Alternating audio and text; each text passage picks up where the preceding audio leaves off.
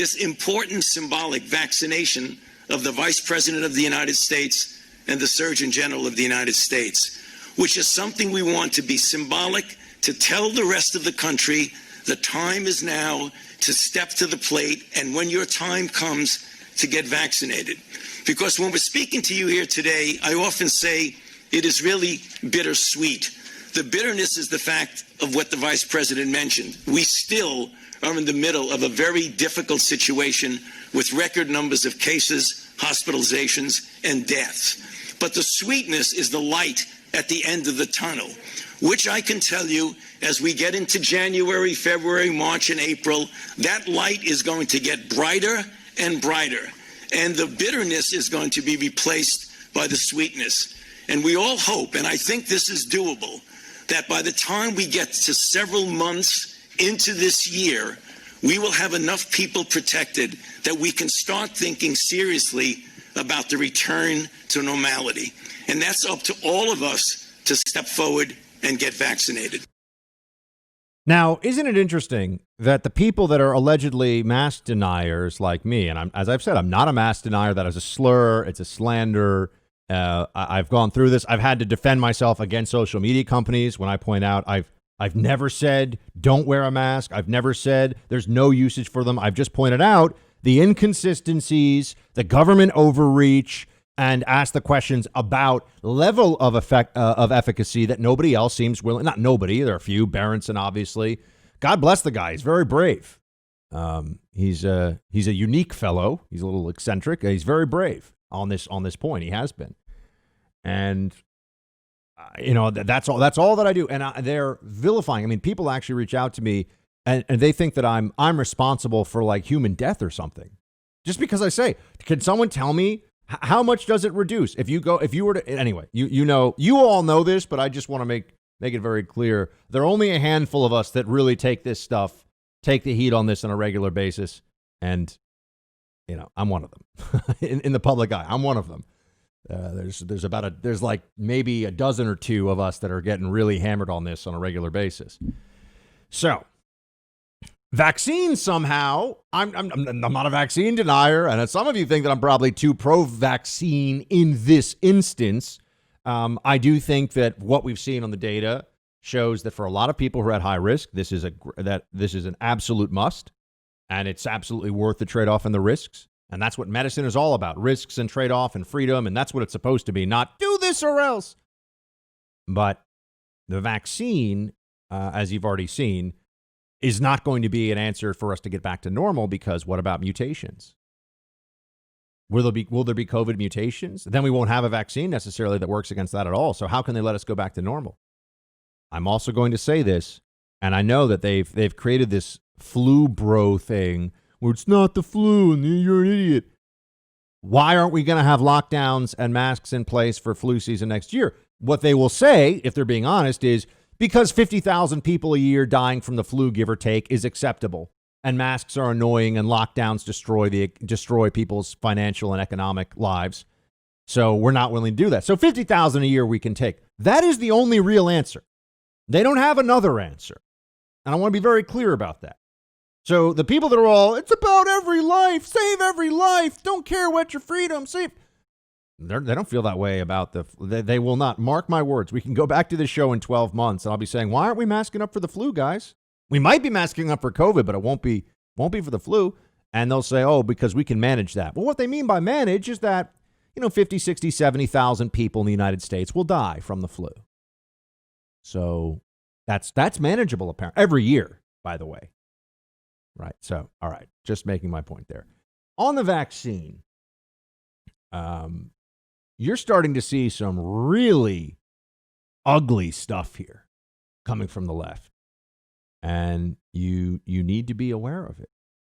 You need to be made informed on what is being said by the left right now about who gets this vaccine and when. This was in the New York Times, and hat tip to Noah Rothman and David Harsanyi for putting this in my timeline. Harold Schmidt, an expert in ethics and health policy at the University of Pennsylvania, said that it is reasonable to put essential workers ahead of older adults given their risks and that they are disproportionately minorities. Goes on to say, older populations are whiter, Dr. Schmidt said. Society is structured in a way that enables them to live longer. Instead of giving additional health benefits to those who already had more of them, we can start to level the playing field a bit. Did you catch that? Start to level the playing field by getting the vaccine sooner to minorities than to white people, because we need more white people to die to level the playing field. That is what is being said in the pages of the New York Times. Reading you the quote. An expert in ethics and health policy at an Ivy League university, University of Pennsylvania. Wow, health policy experts. These people get way too much credit.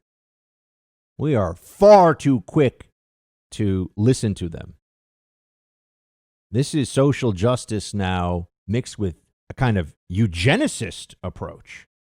We need racial balancing. This fellow is saying, this is his argument. I want to be very clear. So when Media Matters tries to clip this, we can tell them to go stuff it. I want to be very clear. This is Harold Schmidt saying that we need to engage in a balancing out of the death rate so that more white people will die, because as a general proposition, white life expectancy in America is higher than certain other minority groups. So we need to essentially do some socialist redistribution of years of life on government whim. You can't get this vaccine unless the government says you can. The government's in control. They're making these arguments out loud. I'm going to the pages of the most elite liberal journalism place in the country, the New York Times. And they're printing this stuff. And this is not the only example of this. This is not the only instance. You find a lot of this out there. People say, well, it should, because it disproportionately harms the minority community, it should go to minorities first. So skin color, according to this analysis, becomes an advantage in getting ahead of the line of a virus that will kill people in large numbers still in the months ahead.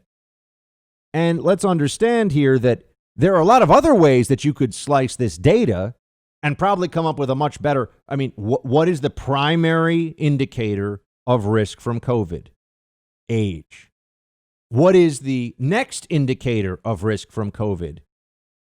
Comorbidity, and the primary one of those is obesity. Age and obesity are the biggest risk factors for, we know this, the biggest risk factors for this disease out there that we've been able to identify. So are we, when we're saying that the minority population is more affected by this, are we not taking into account the other indicators of how we could get more of the at-risk population in general, including members of the minority population? But shouldn't we have, it's people over 75, first in line, over 65, first in line. Isn't that a fair way to do this? No, they're arguing for giving it to minorities sooner than other people, based upon what exactly? Because the average life expectancy of Asian Americans, I believe, exceeds that of white Americans. So are we going to have are they calling for a racial hierarchy for the speed of vaccination? That there are some people of some races that should get the vaccine first? Is that really what I just want to know if that, because that is the argument that Harold Schmidt seems to be making here. And you will hear more and more of this in the weeks and months ahead. You want to talk about dividing people. You want to talk about showing us how much government is willing to play God. Harold Schmidt at UPenn wants to level the playing field. So, he wants certain people to have to wait. Maybe you have to wait for the vaccine a couple extra months. Sorry, because of the history of oppression in this country. And so we need to balance it out, he says. pretty scary stuff, and something that this is a mentality that is increasingly widespread among the Democrat elites. You should be aware of it. I know we're heading into a very different holiday season, and it's one where we're not going to be able to see people the same way we usually do. There are all these restrictions out there. It's tougher to travel, not allowed to gather in certain places, but you can still send holiday cheer. You can still brighten up someone's day, send them something really beautiful and meaningful with Bloomsy Box. I've got this already set up, so my girlfriend's getting them on a monthly subscription. I'm getting them for my family, too. Don't tell my parents. For Christmas, and it's so easy to do, and the flowers are beautiful. All you have to do is go to bloomsybox.com, Bloomsybox, BLOOMSY, box.com. Use the promo code BUCK after you pick the bouquet you want, promo code BUCK at checkout, and you'll get 15% off. You can send beautiful flowers. When you see the look in the face of a loved one, a friend, a colleague, whomever you're sending the flowers to, it just really is a brilliant feeling, and we could all use some of that this holiday. Go to bloomsybox.com, promo code BUCK for 15% off and free shipping.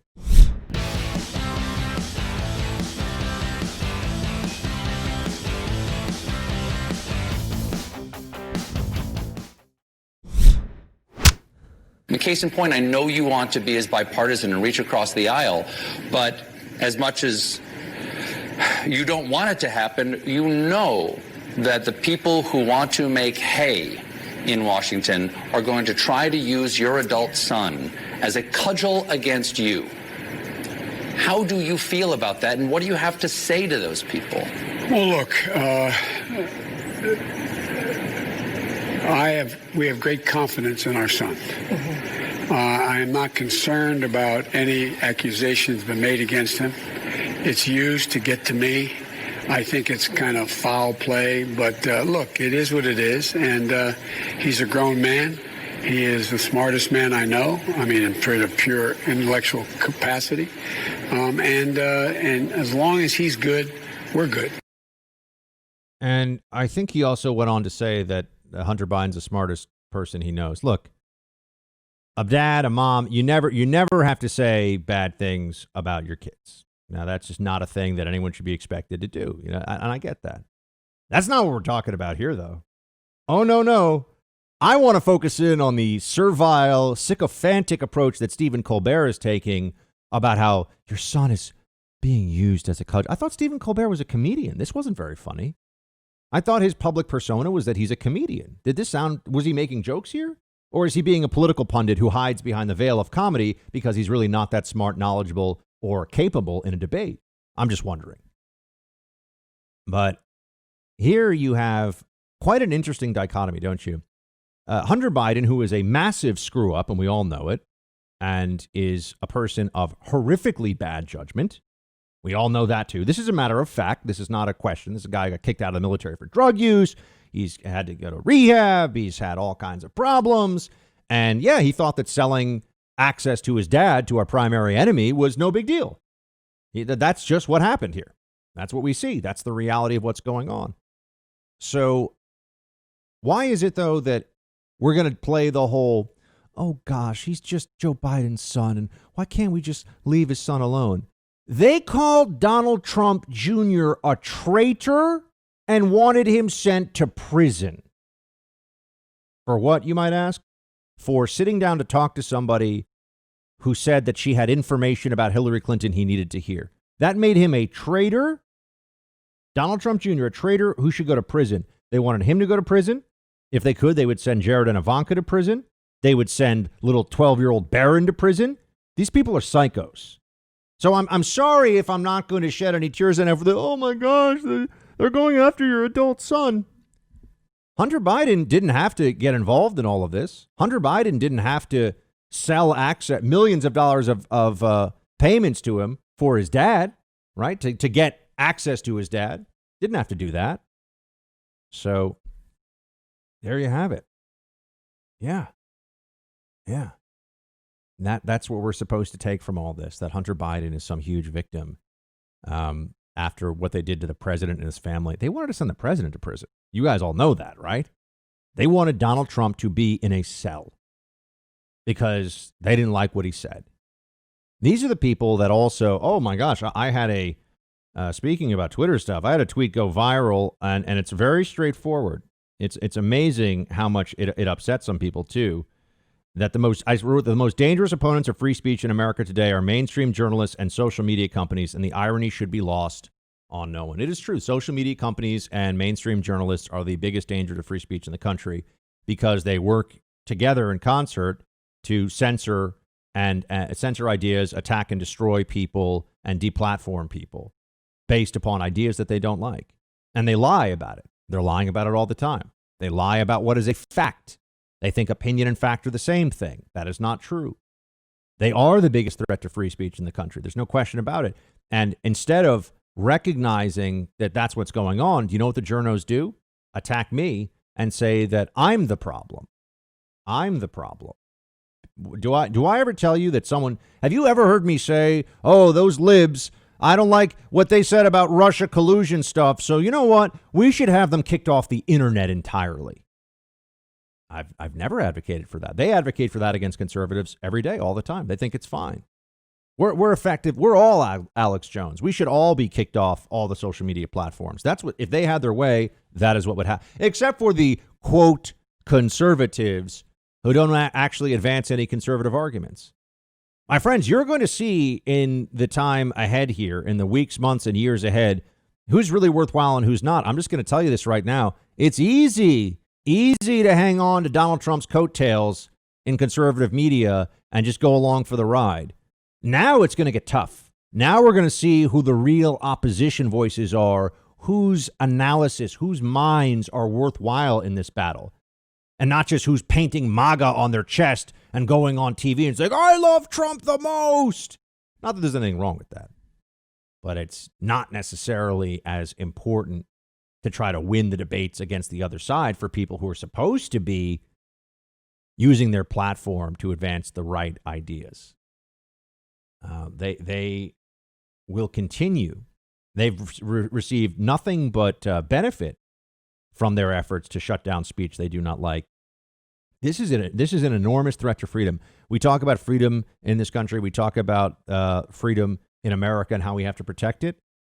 This is a true existential threat to our freedoms and to this republic. If you cannot say things about politics, about core policy issues, without action in concert from the entirety of the mainstream media and corporations and Democrat government assisting all of this, encouraging all of this, enabling it all, we no longer have the free exchange of ideas. We no longer have the free exchange of ideas, and we should all understand what a disaster that is for the country. That's what we're heading toward now. I've seen today, I haven't really talked about it. I've seen the latest legal challenges that are being brought. I've seen that Sidney Powell says that we need to, get more forensic audits of the machines. I see all this stuff. I'm not involved in those efforts. I can tell you about those efforts. So far, all of them have not been successful. The moment one of them is successful, I'll be doing backflips and we'll be talking about next steps. But in the meantime, I'm also telling you we have Georgia and we have the preparation that we should all be making for the battles ahead. Our liberty is under assault. That's not an exaggeration. That's not a talking point. They are coming after core liberties as an American. And look at the head start they have with all these mandates and all these dictates and restrictions, effectively unlimited power they've claimed because of a unending health emergency. You think they're going to stop with that? You think this isn't going to extend into their climate policy, their gun control policy? There's an absolutism that has overtaken the Democrat Party. This is real. And that's why they're so comfortable with the censorship. That's why they're so comfortable with kicking people off of platforms. And this is also why they find people like me so threatening. Because if I actually have a platform, I will beat them if they actually meet me on the field of ideas. But they won't. So they want to censor. I recently got a crash course in home title theft, and you better pray this crime never happens to you because it goes after your most valuable asset, your home. Here's how it works. The bad guys, cyber thieves, they find your home's title online, and then they use a quitclaim deed to kick you off. They put themselves on, then they take out loans against your home's title. You often won't find out about this until you receive payment demands, the mail, perhaps even a foreclosure notice.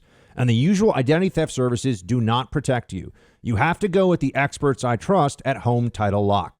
All you have to do is go to HomeTitleLock.com, use the promo code RADIO. That'll get you 30 free days of protection, and you can check online to see if you're a victim of this crime and don't even know it yet. HomeTitleLock.com, promo code RADIO, 30 free days of protection, and you can check online to see if your title's already been breached by cyber thieves and you're just not aware of it yet. Take action today. Create a virtual barrier around your home's title with Home Title Lock.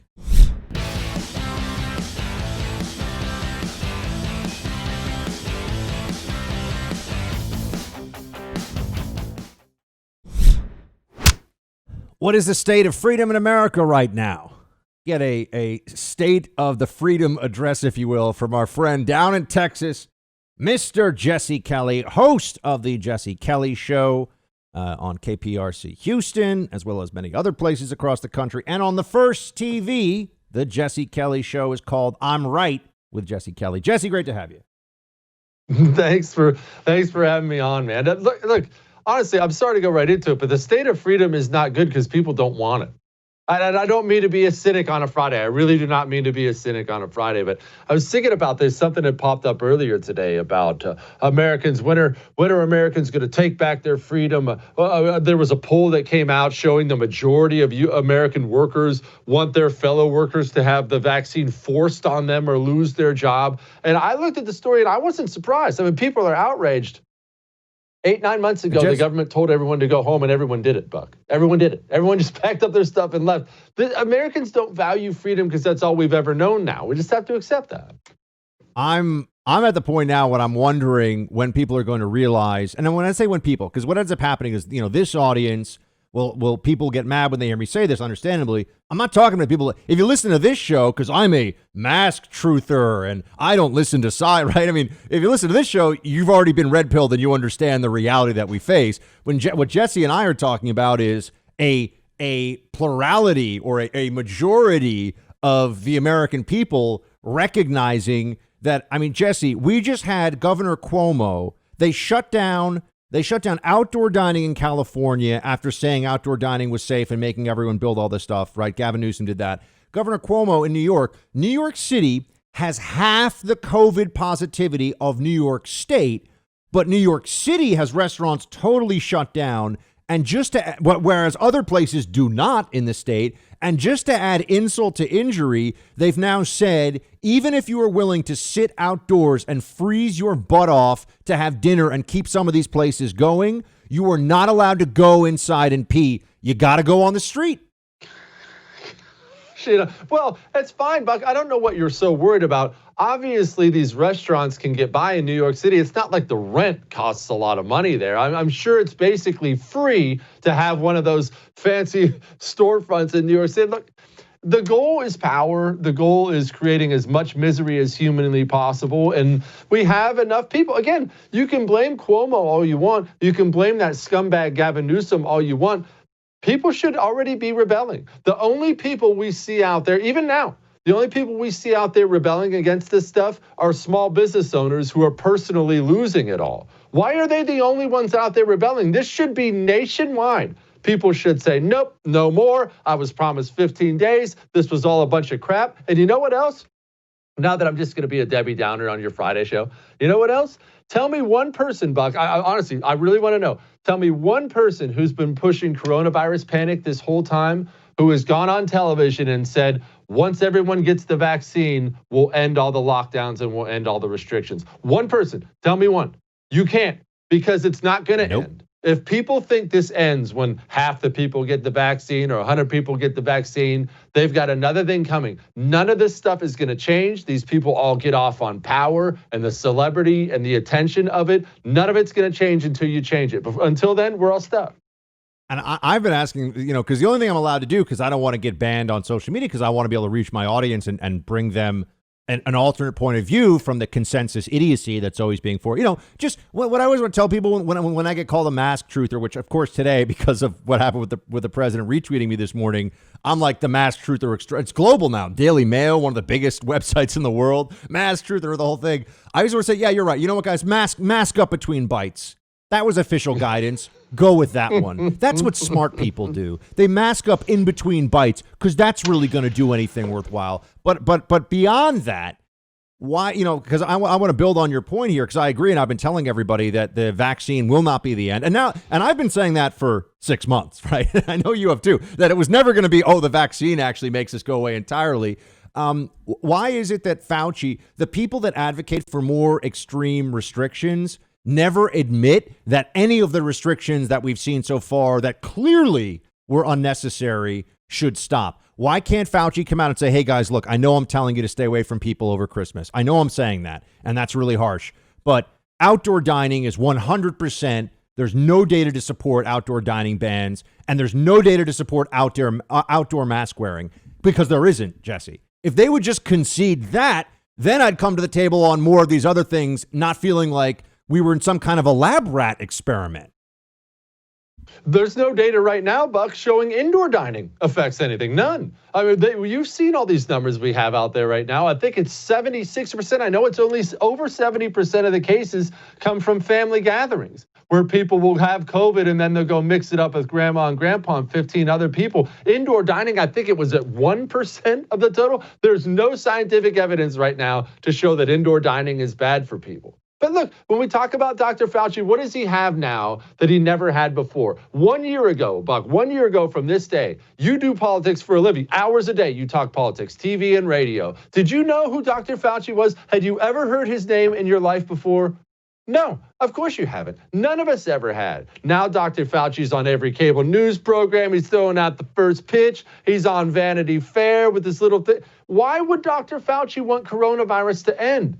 It's the greatest thing in the world that's ever happened to him and all these jerk-off doctors on CNN every single day telling you you're all going to die, go home, hide under your bed. They're living high on the hog. Yeah, and everyone at CNN gets to be these great virtue signaling jokes who, they go out to the Hamptons and the masks come off, in the warm weather. Now they're going down to Florida. By the way, I'm sure they're all going to be in Palm Beach and Miami over the break. I'm going down to Florida over the break. I'm going to see them. I hope I could catch some of them, unmasked out in their natural habitat in Florida when everyone else is freezing their butts off in New York, being told to mask up all the time. But I just, if Fauci was really concerned about businesses, why won't he make definitive declarations about what we should be able to do? He will only make declarations about what we cannot. And that is the mentality that people don't understand. They don't understand it at all because they don't understand what's happening. I mean, I really meant it when I said it. And I'm not here to tell you Dr. Fauci's the Antichrist. People come up with their own solutions for it. But all these guys, and I'm just singling him out because he's one of the main faces. All these doctors, all these experts, all these scientists, they've worked their whole lives. Maybe you have a bureaucracy job. Maybe you're in a hospital somewhere, whatever the case may be. Maybe you had a great living. But one thing you never, ever had before was fame. And I'm telling you what, people, fame is addictive. People love it. I don't care what people say. People deny that they love it, but it feels good. You're out. Hey, can I buy you a steak? Hey, can you take a picture with me? Hey, it's nice to know you. There's a reason people cling to fame until the day they die. And if they lose it, they do anything to get it back. These people all have fame now. Dr. Fauci can't walk 5 steps without somebody asking for a selfie with him. Can I put this on Instagram? That stuff feels good. So what motivation does he or any other doctor have to go on television tonight and say, look, guys, looks like we're past all this. Coronavirus is over. Thanks. Have a good night. They're never going to invite him back on again. So he has no motivation to do that. I'm not saying he's a bad person, but come on. What I just said is 100% true. I've also got to tell you, I wish we could give people, the good news is I got a couple of shows next week when maybe we'll do some Christmas caroling on the show, or we'll try to make everyone, feel like things are a little bit better, because right now I don't have any good news about any of this stuff to spread. And I got to tell you what I'm seeing from Republicans right now. I mean, Senate Republicans are trying to, Senator Ron Johnson blocked $1,200 checks for Americans. It's like they want to lose. It's like they want to lose the Senate as well, Jesse. I'm starting to see that with the GOP. They've lost the will to fight. They want to be the controlled. They want to be the controlled opposition again. They want to be thought of, in their own little sort of precincts and their own little, social groups as those Republicans who sit around with tri-corner hats on talking about the Constitution, who get their butts kicked in election and get pat on the head by the New York Times. What the hell are they doing? The biggest difference between Democrats and Republicans is Democrats actually want power. Remember, Buck, don't you remember? I know you do. It was how many years of repeal Obamacare, repeal Obamacare, repeal Obamacare? Even when the Democrats had the Senate and they had the presidency, but we had the House. The House kept passing repeal Obamacare bills. We're going to repeal Obamacare. And the second we got the presidency, Senate, and House, boom, no more repeal Obamacare. No more defund Planned Parenthood. How many fundraising emails have they sent out about that? Republicans love being in the minority. They love being able to send out that email to Granny. I promise we're going to protect your way of life, your church, and we're going to stop abortion. Just send $50. Next time we get in there, we're going to take care of it. And the second they get in there, nothing. They don't do a daggone thing. Nothing. These people, of course they want to lose. It's so much easier to get up on Fox News every single night and act outraged about something when you don't actually have to do anything. The second they got power, what'd they do with it? A little tax cut and nothing else. All this talk about big tech censorship. What did you do about it for the last 4 years? Nothing. Just cost us the presidential election. You didn't do anything. And Jesse, I've been saying it for a while, but I think we're seeing it again. Republicans in their preferred political approach are the guy in the bar fight who, after all the punches have been thrown, after all the dust has cleared, the police are there, separating people, starts yelling from 50 feet away from the action, "Hold me back! If I get in there, I'm gonna lay haymakers on people." It's exactly who they are. That is the best analogy ever. I'm totally stealing that for myself because it's exactly who they are. They want to tell the voters, they want to tell their base, I'm fighting for you. I'll fight for you. Just give me a little more. Send me back. I'll fight for you. We're going to fight. We're going to defund this. We're going to defund. And the second they get in power, is that okay, media? Is it okay if I pass? Oh, yeah, you're right. That's too outrageous. We can't pass that. We can't pass that. We can't pass that. Well, wait a minute. Maybe we should change some military base names. That'll get me the accolades I want. These people. I swear, I'm not a third party guy. I never have been. I still vote Republican all the time. I'm getting closer and closer, Bub. I got to tell you, I think that I'm getting closer and closer to thinking that we're in for a really rude awakening on January 5th in Georgia. And people are going to turn around, and it's just going to be this big Republican circular firing squad. But maybe then they'll realize that Trump can't get it all done. I think this is what people they're forgetting, that Trump is not a secret weapon that wins all political contests. And if you're going to just leave it up to him and leave it up to the Trump Twitter account, which I think, by the way, they're going to take from him soon, we're going to get trounced. And to your point about Democrats using power, I cannot tell everybody this clearly enough. If Democrats have a Senate majority and Democrats have Joe Biden as president, they will go for amnesty. They will get it. And the Republican Party is in the political wilderness for decades. That's what happens. 100%. 100%. The Democrats, it would never, see, people don't understand the different mentality because we don't think that way. We compartmentalize our lives. You have your work, your family, your church, and yeah, you enjoy politics and you care about it, but they don't think in that way. It is all encompassing for them. It would never occur to the left not to use power. Remember last time they got it all? They passed Obamacare and they had all the poll numbers. They knew the whole country hated it. The numbers were like 75% of the country didn't want them to pass it. But again, they would never look at an issue like that and not do something. Of course you do something with power. Republicans get it, and it's like they feel like it's this little baby bird. They just have to care for it. We can't actually let it fly. Oh, no. We just have to hold on, and soon someone will take it from us so we don't have the responsibility. What's your happiest thought for everybody, Jesse? The audience right now, I don't want people to start drinking too much before they even get to their weekend. What is your most positive take right now? The happiest thought is this. It actually is going to be a hilarious 4 years. I mean, Joe Biden, or I should say 4 months until he resigns. Joe Biden still cannot form a thought. I mean, yeah, it's going to suck. He's going to pack the bureaucracy with a bunch of activists, and they're going to pass crappy bills. But it's going to be a hilarious 4 years watching Joe Biden shuffle his way out to the podium and drool on himself. I mean, yeah, it's embarrassing. But what else do we have? We have some funny jokes. That's what we'll do. We'll sit back and laugh at it all. Life goes on. It will be amusing to watch them try to explain to us how someone that they've known in political life for 40 years was a mediocrity and a loser is now the leader of the free world, and we're all supposed to be excited about that. That's not going to happen. It's not going to happen. Jesse Kelly, everybody, if you're not already, obviously check out the Jesse Kelly Show. You can download the podcast. My man Jesse, thanks for giving us your time, buddy. Have a great one. Be good, boss.